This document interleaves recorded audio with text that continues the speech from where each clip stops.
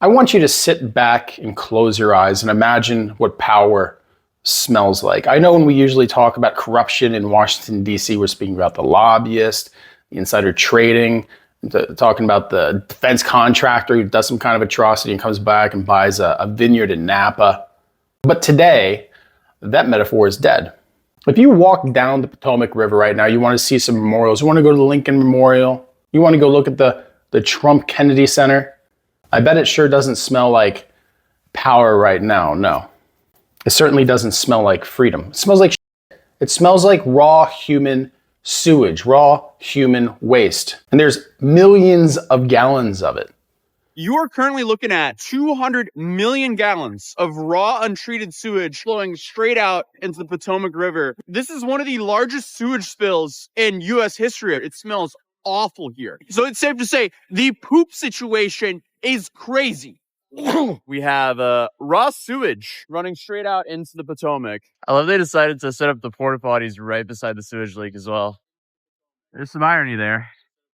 Okay, so what I was standing by was the end run of the sewage. So when I was down by the river there, it seems like all of that is coming straight from this. I mean, this is just disgusting, and this is just such an environmental failure. All the other spills took place in the ocean. Does the smaller area of a river make a wastewater spill like this even worse? That's a great question. So what we're really concerned about is the potential for people to interact with the sewage and the bacteria that can be contained in the sewage. So we're seeing high levels of E. coli, which is a fecal indicator bacteria, but we're also measuring pathogens like Staphylococcus aureus. And we know that we're watching a situation unfold in America right now that is really just kind of perfectly on the nose for the decline of the American empire. And honestly, if you put something like that in a movie script and send it to Hollywood, they just kind of push it back. They'd be like, this is a little bit too obvious. So the Department of Homeland Security has shut down. The government's technically stopped working. And at that very exact moment, the sewage artery of the nation's capital drove itself into its garage, closed the door behind it, left the car running, and cracked the window. So I say, welcome to the decline, ladies and gentlemen. Today we're going to do a deep dive on the plumbing of the apocalypse. You know, on this channel, I talk a lot about leaving America, about pursuing the expat life, finding opportunity in other places. It's one of the reasons I look at Southeast Asia, I look at Eastern Europe, and I'm like, these places are great. This is a good place to live. You should go. And that's why you get the opposite response from me when I look at this happening in the United States and I see that the streets of our national capital are being flooded with sewage. So people always ask me why I'm so cynical on this channel. You must really not like America. It's not the case. I love my country, but we're supposed to be the richest country in the world. And the richest country in the world doesn't have literal shit running through the streets of the Capitol. That kind of stuff doesn't happen while the president's sitting on the toilet just tweeting out memes left and right. That usually happens in countries that have a hyperinflated currency. We're getting there. And the generalismo is trying to escape on a helicopter.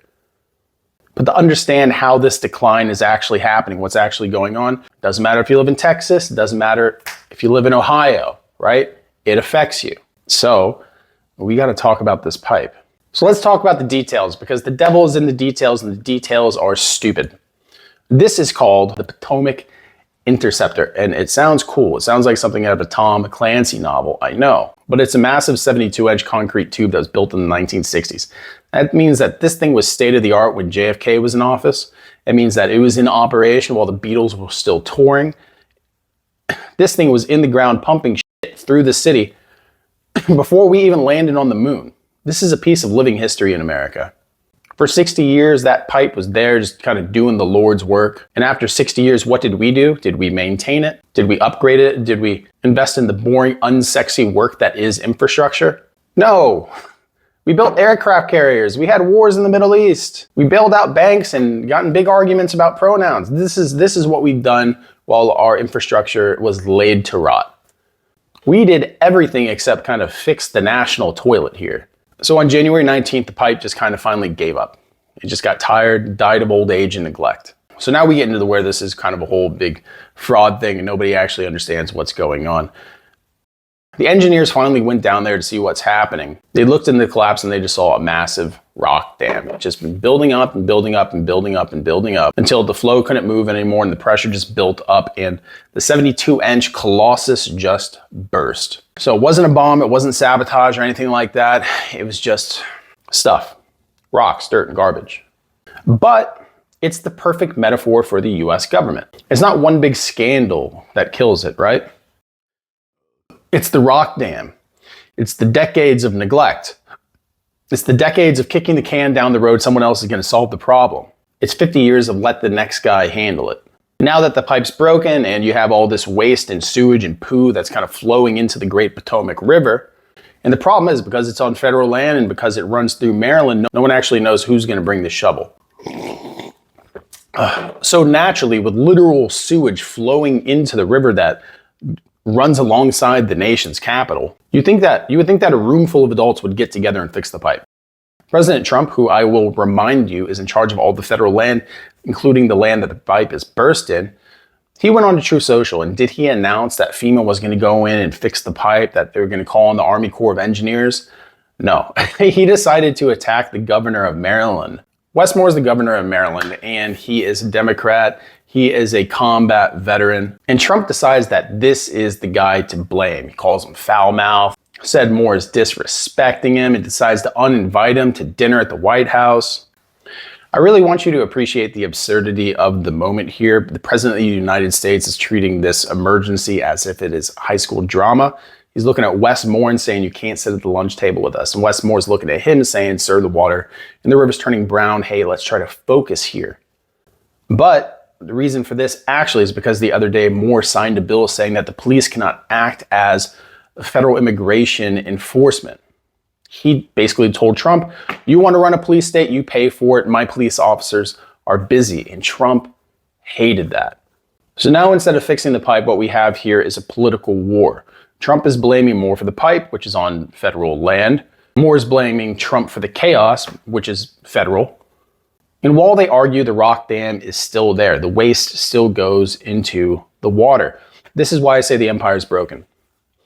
Because we have the money, we have the technology, we have the manpower to fix these things, but what we don't have is the competence in office. We've lost the ability to coordinate a very simple project, which is fixing a concrete pipe, which means that literally everything, even when it comes down to human waste, has become a political weapon here in the United States. But wait, it gets better. Because while the river is filling up with sludge, the agency responsible for keeping our country safe, the Department of Homeland Security, well, it shut down. Now, what we have here is a partial government shutdown. It isn't like what we saw a couple months ago where everything just stopped, right? This one is a little bit more insidious. Under this administration, what we have is selective socialism. Thanks to the bill that passed last year, the One Big Beautiful Bill, ICE is still fully funded. That means the deportation squads, their checks cleared on Monday. Private prison contractors, they're popping champagne.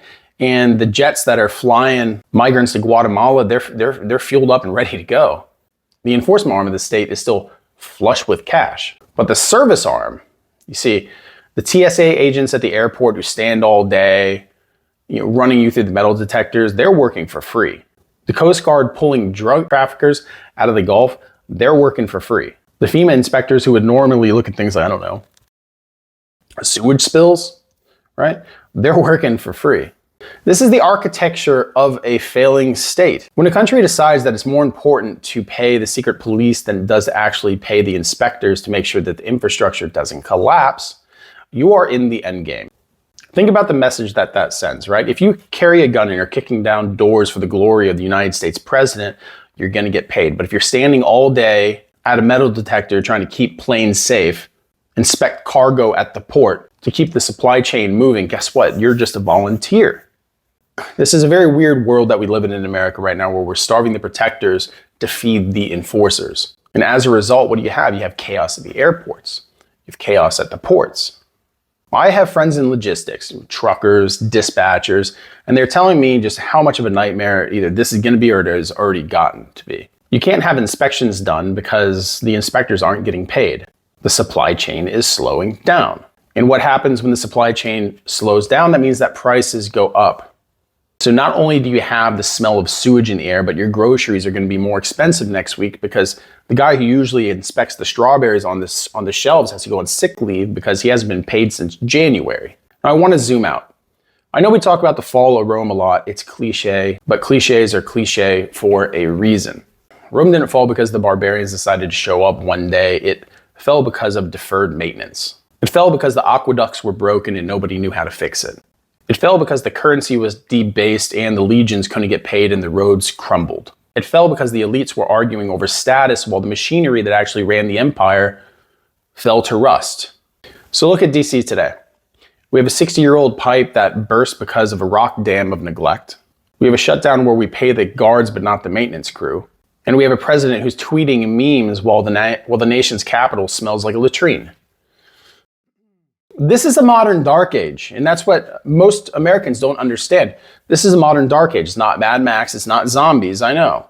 It's just broken, it's stupid, it's slow, and it's expensive. It's your flight getting canceled, it's your water tasting funny, it's the bridge that closes and there's a sign up saying that it's closed indefinitely. And the scariest part is the people who are in charge of this country, they don't know how to fix it. They only know how to blame the next guy and try to obfuscate things so much that it becomes a problem for the next guy. They continue to kick this shit down the road. But it's hard to kick the shit down the road when it's literally up to your knees. So the question we need to ask ourselves here as individuals is, what do you do? Can you stay? Do you stay and vote? Do you vote harder this time, thinking that things are going to change, that the elites are going to be held accountable, that the ones who've been breaking the laws are going to be thrown in jail at some point, or there's going to be some kind of trial? You can do that, or you can just look on the map, find a place, and go. Because I promise you this, right? As insane as this stuff is happening, and as insane as stuff is happening here, right? What the establishment doesn't want you to know is that this doesn't happen everywhere else. This is something that is specific to America, right? Now, has it happened in the past in other places, this kind? Yeah, but America's going through it right now. And it ain't stopping anytime soon. I'm sorry, but I'm not seeing any charges come out from the Department of Justice. Now, am I? No, I'm not. That tells me that there's not going to be accountability. There's not going to be justice, that the people are just going to be stuck with an empty bag. And they don't even have enough money to fill that empty bag with groceries these days. See, the thing is, I've lived in other countries that are supposedly third world, and the airports work, the sewage pipes, they work. There's clean water that everyone can drink because, I don't know, they don't want revolution. The leaders may be corrupt, yeah, because that's just a fixture of government, it seems. But in America, we've become so rich at this point that we think that we're immune to gravity. We think that we can just let the pipes rot indefinitely and nothing's going to happen. But gravity is calling and consequence is coming to the United States. And the smell of consequence apparently is quite terrible. My advice is simply have a plan B, get a passport. Get a passport while you can, because with the SAVE Act being passed in the near future, they're going to be shutting down 1,500 libraries' ability to actually process passports. And that's where most people, especially in rural areas, get their passports done. And of course, this creates a major problem for voting as well, but that is for another video. Let me know if that's something you want me to talk about. So that's your breakdown on this one. Pretty straightforward, pretty simple. Flush twice. Flush twice and make sure it's all going down. Listen, as somebody who has pretty much grown up in the DC area, somebody who's lived on the Bay, someone who's lived in Northern Virginia, for the vast majority of my upbringing, right, my formative years, I can tell you that the Potomac generally is pretty dirty, especially around DC, but this takes the cake. It's always had a bad smell to it, but I'm going to postpone my trip to actually go visit my brother until this thing is sorted out, because I'm not trying to drive over the bridge and catch a big whiff of that. But like I said, the whole thing is a metaphor for where we're at right now in this country. I know you all feel it. Listen, you're right for feeling it. Maybe this is kind of just deserves coming to Washington, D.C., the filth, washing away the filth. It's some way that we can look at it, I guess, but I don't know. Listen, if you're still here at this point, like and subscribe. Think about becoming a member. Give a donation to the channel. We love you guys, and we appreciate you. And if you're not from America, hey, we appreciate you guys too. You know, get a little Schadenfreude in there. See what's going on in the States. Always fun to do. But food for thought, everyone. Have a good one.